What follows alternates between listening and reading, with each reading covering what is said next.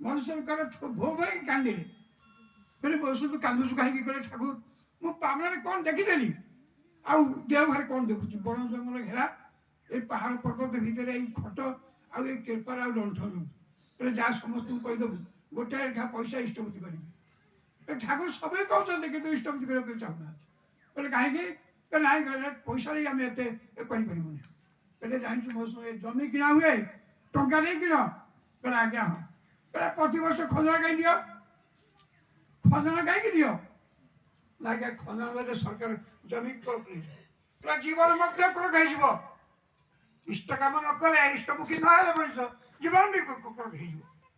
ଆଉ ଗୋଟେ କଥା କହିବି ଯେ ଠାକୁର ମହାରାଜ ଜଣେ ବହୁତ ବଡ଼ ସାହିତ୍ୟିକ। କହିଲେ ଠାକୁର ଆପଣଙ୍କ 2700 ଲେଖା ଅଛି, ଅଭାବେ ପରିଶ୍ରାନ୍ତ କର, ଧର୍ମ ବ୍ରହ୍ମ ଜିଜ୍ଞାସା କରେ ନା, କିନ୍ତୁ ମୁଁ ଆକୁ ସ୍ୱୀକାର କରେ ନା। କହିଲେ କାହିଁକି? କହିଲେ ମୋର ସବୁ ଅଛି, ବିଲ ବାଡ଼ି ଟଙ୍କା ପଇସା ସ୍ତ୍ରୀ ପୁତ୍ର କନ୍ୟା ଟଙ୍କା ପ୍ରବଳ, ମୋର କ'ଣ ହବା ଉପରୁ ଉପାର୍ଜନ ଠାକୁର ଅଛି। କହିଲେ କେମିତି? କହିଲେ ଦୀପ ଦେଖିଛୁ? କହିଲେ ହଁ। କହିଲେ ଦୀପରେ କ'ଣ ଥାଏ? କହିଲେ ବଳିତା ଥାଏ, ତେଲ ଥାଏ, ଲଗେଇଲେ ଜଳେ। କହିଲେ ଆଉ କ'ଣ ଥାଏ? କହିଲେ ଆଉ ତ କିଛି ଥାଏ। କହିଲେ ଗୋଟେ କାଠି ନଥାଏ? କହିଲେ ହଁ କାଠିଆ ଥାଏ। କହିଲେ କାଠିଟା କ'ଣ କରେ ଜାଣିଛୁ?